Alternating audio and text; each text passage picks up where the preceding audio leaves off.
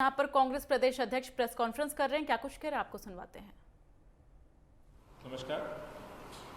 मैं आपका इस प्रदेश कार्यालय में कांग्रेस के सभागार में आपका स्वागत करता हूँ। इस प्रेस वार्ता में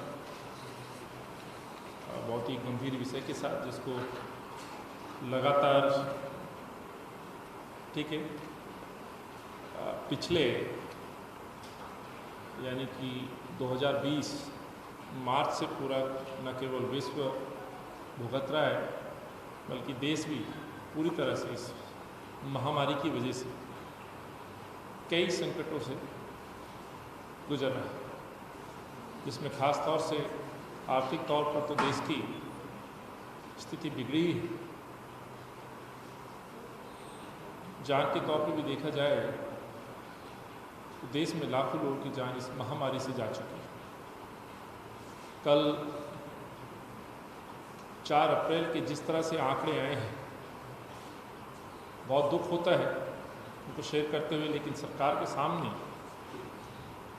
ये आंकड़े रखना बहुत आवश्यक है। जिस संक्रमण की शुरुआत चाइना से हुई और उसका फैलाव जिस तरह से विश्व के अंदर हुआ और जिससे देश भी बड़े संकट के दौर से गुजरा और आज भी गुजर रहा है, बार बार कांग्रेस पार्टी, कांग्रेस नेतृत्व, केंद्र में बैठी भाजपा की सरकार यानी मोदी जी की सरकार और दिल्ली में अरविंद केजरीवाल की सरकार को हम लोग समय समय पर सचेत करते रहे, सुझाव देते रहे। बावजूद उसके सरकार अपनी जिम्मेवारी से पीछे भागती रही, हटती रही और उसके विपरीत राजनीति करती रही। कुछ आंकड़ों को लेकर के ना केवल हमने प्रश्न पूछे, कई बार आप मीडिया के साथियों ने भी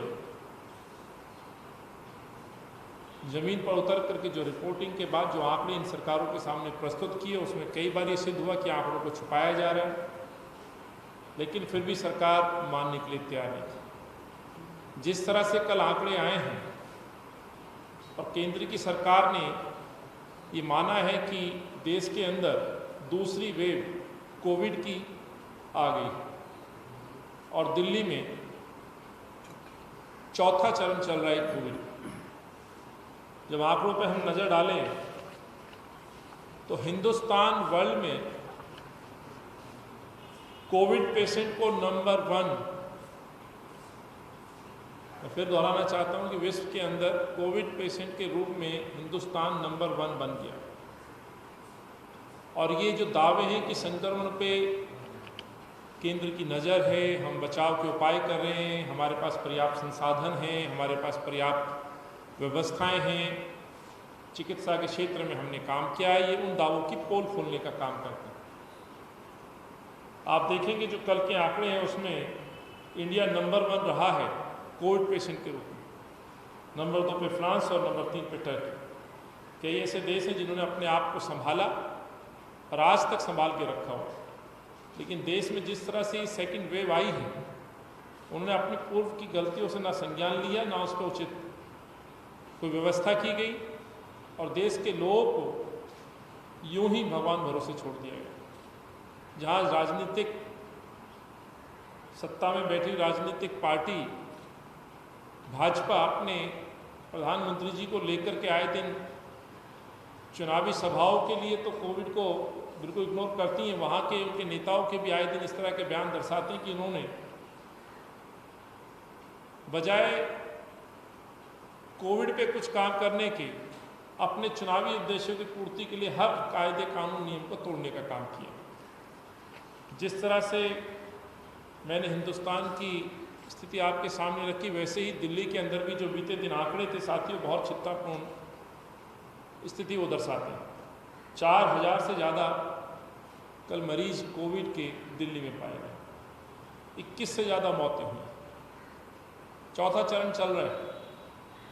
लेकिन अफसोस दिल्ली के मुख्यमंत्री जी पूर्व की भांति इस बार भी कोविड के खिलाफ लड़ाई की चिंता छोड़ अपने राजनीतिक उद्देश्य की पूर्ति के लिए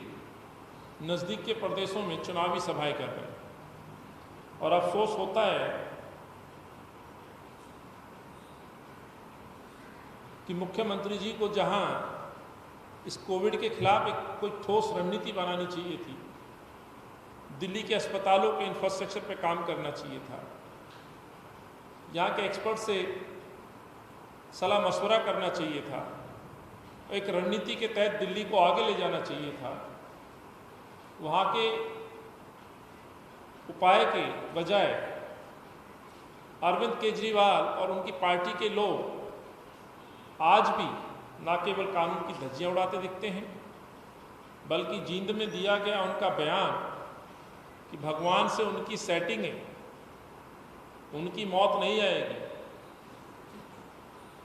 मैं क्षमा चाहता हूं, मौत तो किसी व्यक्ति की भी समय से पहले नहीं आनी चाहिए, लेकिन अरविंद केजरीवाल साहब, क्या केवल ये सेटिंग आपकी भी नरेंद्र मोदी साहब जैसी सेटिंग है? ये मैं प्रश्न पूछना चाहता हूं।